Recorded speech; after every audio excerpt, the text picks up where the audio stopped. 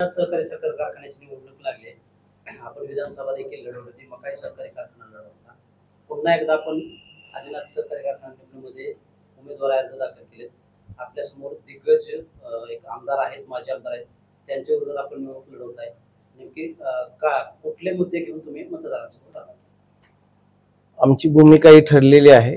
आम्ही पहिल्यापासून आदिनाथ सहकारी साखर कारखाना हा सहकारी तत्वावर चालावा या भूमिकेतूनच आम्ही ही निवडणूक लढवतोय. आणि आम्ही सगळ्यांना आव्हान केलं होतं की हा कारखाना बिनविरोध करण्यासाठी, म्हणजे मी भूमिका अगोदर मांडली, भाऊंनी पण भूमिका मांडली, पण त्याला प्रतिसाद इतरांकडून मिळाला नाही, म्हणून ही निवडणूक लागलेली आहे.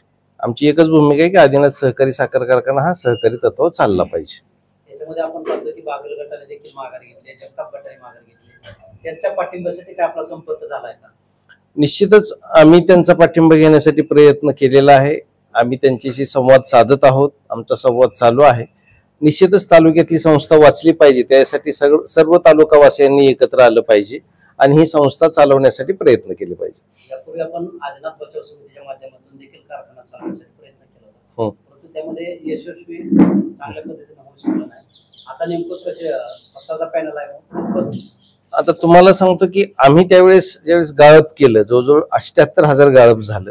खरं तर 3 वर्षे कारखाना बंद होता आणि तो सहकारी तत्वावर, जो कोर्ट मॅटर झाल्यानंतर सहकारी तत्वावर झाला आणि त्याला उशीर झाला. म्हणजे तो जो नोव्हेंबरमध्ये काहीतरी निकाल लागला होता, ऑक्टोबर नोव्हेंबरमध्ये, आणि 3 वर्षे कारखाना बंद असल्यामुळे त्याच्या मेंटेनन्सला वेळ लागला. त्यामुळे तो कारखाना चालू होताना जानेवारीत चालू झाला, त्यामुळे 78,000 गाळप झालं. नाही तर तो लवकर निकाल झाला असता तर लवकर चालू होऊन जास्त गाळप झालं असतं.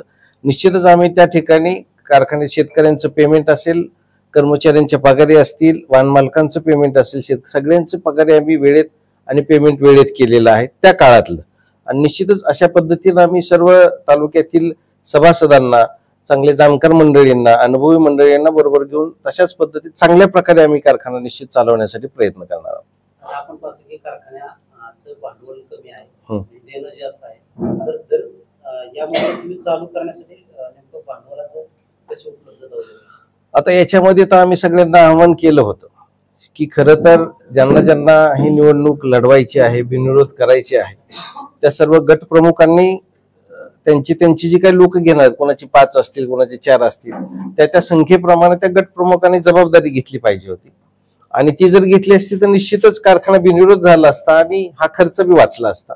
आणि यामध्ये कारखाना चालू करायला जास्तीत जास्त 15 कोटी रुपये लागणार आहेत. आणि साखर पडेपर्यंत काही शेतकऱ्यांची बिलं देणं, सुरुवातीला लोकांचा विश्वास तर संपादन करावं लागेल, काटा पेमेंट ज्याला म्हणतो, तशा पद्धतीने काही 10-12 दिवस करण्यासाठीची काही रक्कम, अशी म्हणून 25 कोटीची रक्कम झाली की तो कारखाना चालू व्हायला काही अडचण नाही.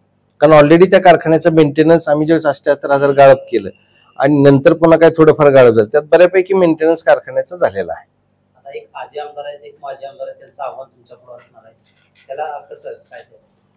आता मी एक उदाहरण सांगतो. मला कालच एका चांगल्या जाणकार मंडळीने बसल्यानंतर एक चर्चा केल्यानंतर एक अनुभव सांगितला की एक वेळ अशी परिस्थिती, ज्यावेळेस मामा वारल्यानंतर मकाई बिनविरोध झाला होता आणि त्याच्यानंतर पुन्हा आदिनाथचं इलेक्शन लागलं आणि त्यावेळेस मोहिते पाटील गट आणि बागल गट एकत्रच काम करत होते. आणि त्यावेळेस अचानकपणे असं ठरलं की बागल गटाने ते एकत्र येणार नाहीत, मोहिते पाटलांनी वेगळी भूमिका घेतली. मग बागल गट त्यावेळेस अर्ज भरले गेले होते. मग अचानक बागल गटाला मला वाटतं काही ठिकाणी एकाच घरातले 2-2 उमेदवार सुद्धा देण्याची वेळ आली होती, म्हणजे उमेदवार शोधण्याची वेळ आली. त्या परिस्थितीत सुद्धा त्यांनी ती निवडणूक लढवली. मला वाटतं दशरथ अण्णा असतील, सुभाष अण्णा सावंत असतील, या दोघांनी स्टेज गाजवलं, बाकी कुणी मंडळी स्टेजवर नसायची. आणि ह्या दोघांनी स्टेज गाजवून ते पूर्णपणे इलेक्शन चांगल्या मताधिक्यांनी, कुठल्याही गावात गेल्यानंतर असं लक्षात यायचं की लोक नसायचे तिथं सभेला बसल्यानंतर तिथं, पण तरी सुद्धा जनतेने उत्स्फूर्त प्रतिसाद देऊन तो कारखाना बागल गटाच्या ताब्यात त्यावेळेस दिला होता. त्यामुळे ह्या जनता ठरवणारे, आता किती भलाढ्य उमेदवार असले तरी जनतेला कळतंय कोण चांगले, कोण वाईट आहे, कोण काही करू शकतं. जनता हुशार आहे आपली. निश्चितच त्याच्यामध्ये तुम्हाला बदल झालेला दिसेल. निश्चितच आपण सुरुवातीपासूनची एक भूमिका ठेवलेली आहे की जर योग्य आणि सक्षम पर्याय मिळाले, त्यातून सर्वजणांचा जर विचार झाला विनियोगासाठी, तर त्या योग्य आणि सक्षम पर्यायासाठी आम्ही स्वतः तयार आहोत. म्हणजे आज माघार घेणे असेल किंवा चर्चेसाठी, बरोबर, अशा प्रकारचे आपले कोणासोबत प्रयत्न झाले चर्चेसाठी. आता चर्चेच्या संदर्भात आम्ही संजय मामा शिंदेशी संपर्कात होतो कारण बिनविरोध जे जे करतायत आणि आपले जयवंतरावजी जगताप भाऊंशी आमचा संपर्क होता, कारण भाऊ बिनविरोध करायचे म्हणायचे आणि मामांची पण भूमिका होती बिनविरोधाची. पण समोर जे दुसरं महाविकास आघाडीच्या कुठलेही इतर दोन किंवा मोहिते पाटील गट असेल किंवा नारायण पाटील गट असेल यांनी कधी बिनविरोधाची भूमिका घेतली नाही, त्यामुळे त्यांच्याशी चर्चा करायचा विषय नव्हता. पण डांगे साहेब एक प्रयत्न करत होते, पण त्या माध्यमातून वेगवेगळे पर्याय समोर आले आणि ते पण पर्याय चांगले वाटले. काही असे पर्याय आले की बाबा मेन गटातल्या नेत्यांनी कोणीच यायचं नाही, म्हटलं आम्ही तयार आहे पाठीमागे राहायला, पण आमची जी 4-4, 5-5 लोक येतील ती चांगली सक्षम असावी, ज्यांना कारखाना चालवण्याचा अनुभव असावा आणि ते काहीतरी त्याच्यामध्ये स्वतःच काहीतरी योगदान देणारे असणारी लोक असतील तर निश्चितच असं एकत्रीकरण झालं तरी आम्ही तयार आहोत, अशी भूमिका आम्ही त्यावेळेस मांडली होती. आता तो प्रश्न तुम्ही त्यांना विचारला तर ते योग्य राहील. आम्ही निश्चितच त्यांच्यात सुद्धा संवाद, कारण आम्ही एकत्र बचाव समितीच्या माध्यमातून कारखाना चालवलेला आहे, आम्ही त्यांना निश्चितच आवाहन करू की आमच्या सोबत या म्हणून. शेवटी आता सगळेच वेगवेगळे गट असल्यामुळे ते काय निर्णय घेतील ते तो त्यांचा निर्णय असेल.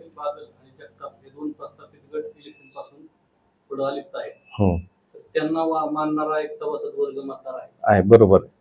त्यांना कशा प्रकारे कन्व्हिन्स करणार? कारण आम्ही निश्चितच त्यांचे संवाद चालू आहे. आम्ही प्रत्यक्ष भेटून त्यांना विनंती करणार आहे की तुम्ही सुद्धा कारखाना आमच्याकडे आल्यानंतर तुमचं सुद्धा सहकार्य आपल्याला लागणार आहे. आम्ही जरी समजा त्यातले काही संचालक असलो तर निश्चितच तुमच्या काही जाणकार मंडळी तुमच्या सहकार्यानेच आम्ही हा कारखाना निश्चित चालू करणार आहोत. हा कारखाना फक्त काही पैशाच्या स्वरूपातच मदत नसणार आहे, त्याला ऊस असेल इतर गोष्टी त्याला बऱ्याचशा लागणार आहेत, तर त्यासाठी आम्ही निश्चितच त्यांच्याकडे जाणार आहोत. सर आपलं पॅनल पूर्ण झालेलं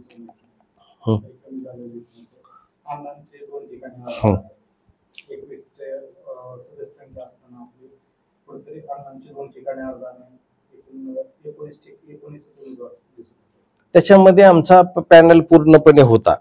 म्हणजे तुम्हाला सांगतो, आमच्यातल्या एका उमेदवारानं आम्हाला ज्यावेळेस शंका आली होती थोडीफार, त्याला मी आदल्या दिवशी विचारलं होतं की तू काय करणार. त्याने आम्हाला अश्युरन्स दिलं की बाबा काय अडचण नाही. त्याने अचानक पाठीमागे घेतल्यामुळे, आणि आम्ही कोणाचा एकही उमेदवार आयात केलेला नाही. जे आम्ही सुरुवातीपासून ज्यांचे अर्ज भरले तेच आमचे उमेदवार आहेत. नाहीतर कुठून तरी उमेदवार आणायचा, त्याला तात्पुरता उमेदवारी देऊन हे करा, अशी एकही गोष्ट आम्ही केली नाही. अण्णांची उमेदवारी म्हणजे संस्था प्रतिनिधीमध्ये, त्याच्यामध्ये उमेदवार बऱ्याच ठिकाणी मिळत नाहीत नवीन लोकांना तरी, पण तिथं अण्णांसारखा एक सक्षम पर्याय आम्ही त्या संस्था प्रतिनिधीमधून दिलेला आहे. आणि ओबीसी मध्ये सुद्धा आपण म्हटलं की शेवटच्या क्षणापर्यंत आम्ही, आमच्याकडे जे 1-2 येणार होते, म्हणजे एक आपला दळवी म्हणून उमेदवार होता, त्यांनी अर्ज भरल्यानंतरच आमच्या संपर्कात आला. ते म्हणले आम्ही निश्चित तुमच्या बरोबर आहोत. आम्ही फॉर्म ठेवला, त्याचा मंजूर झाला, सगळं झालं, परंतु अंतिम क्षणी तो म्हणणं मला सभासदाच्या ह्याच्यातून उभा राहायचं. ते अशक्य गोष्ट होती, कारण आमचे खालचे उमेदवार सगळे फायनल झाले होते, त्यामुळे तिथे एक डबल उमेदवार झाला. बाकी बऱ्यापैकी नवीन उमेदवाराला एवढं सोपं नाही अशा पद्धतीनं पॅनल तयार करणं. तो आम्ही निश्चित, आणि चांगले पण आहेत आमच्यात उमेदवार जे आहेत. काही युवक वर्ग आहेत, काही वाहन मालक आहेत, काही कर्मचाऱ्यांमधले प्रतिनिधी आम्ही घेतलेले आहेत, काही शेतकऱ्यांमधून प्रतिनिधी आहेत, काही जुनी जाणकार मंडळी आहेत, माजी संचालक आहेत की ज्यांचा अनुभव चांगला आहे, त्यांची इमेज चांगली आहेत, काही माजी सरपंच आहेत की ज्यांनी 15-15, 10-10 वर्ष त्यांनी त्यांच्या ग्रामपंचायतीमध्ये काम केलेले आहेत, काही उद्योजक आहेत. अशा पद्धतीने आम्ही सर्व पूर्ण असं आम्ही सगळ्या वर्गाला न्याय द्यायचा प्रयत्न केलेला आहे. उद्या सकाळी आमचा प्रचाराचा नारळ आम्ही 8 वाजता फोडणार आहोत. आम्ही सर्वांना आवाहन करेल तालुक्यातील सभासदांना की त्यांनी त्या कार्यक्रमाला यावं. आम्ही संगोबाच्या तिथं आदिनाथ मंदिरात तिथं आम्ही करणार आहोत.